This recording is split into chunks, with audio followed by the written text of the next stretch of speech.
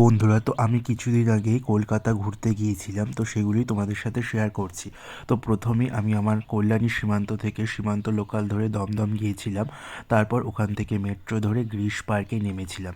তারপর ওখান থেকে হাঁটা পথে এই যে চলে এসেছিলাম রবীন্দ্রভারতী বিশ্ববিদ্যালয়। আর ঠিক পাশেই এখানে জোড়াসাঁকো ঠাকুরবাড়ি। তো এই যে দেখো, জোড়াসাঁকো ঠাকুরবাড়িতে ঢুকতে 150 টাকা দিয়ে টিকিট কাটতে হয়। তারপর ভেতরে এই যে দেখো, ঢুকতেই রবীন্দ্রনাথ ঠাকুরের মূর্তি রয়েছে। আর এত সুন্দর লাগছিল ঠাকুরবাড়িটা দেখতে, মানে কি বলবো, মানে অপরূপ সৌন্দর্য ভরপুর পুরো বাড়িটা।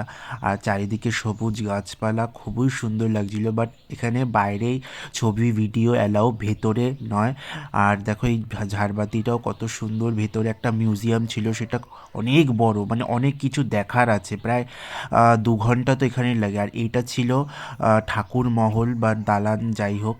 এখানে পুজো করা হয়, খুব সুন্দর ছিল এটাও, জায়গাটাও আমার ভীষণ ভালো লেগেছে। এইখানের ভিডিওটা আমরা করতে পেরেছি, বাট ভেতরের ভিডিও আমরা কিছুই নিতে পারিনি। তোমরাও যেও, খুব ভালো লাগবে, আমাদের খুব ভালো লেগেছে এখানে গিয়ে।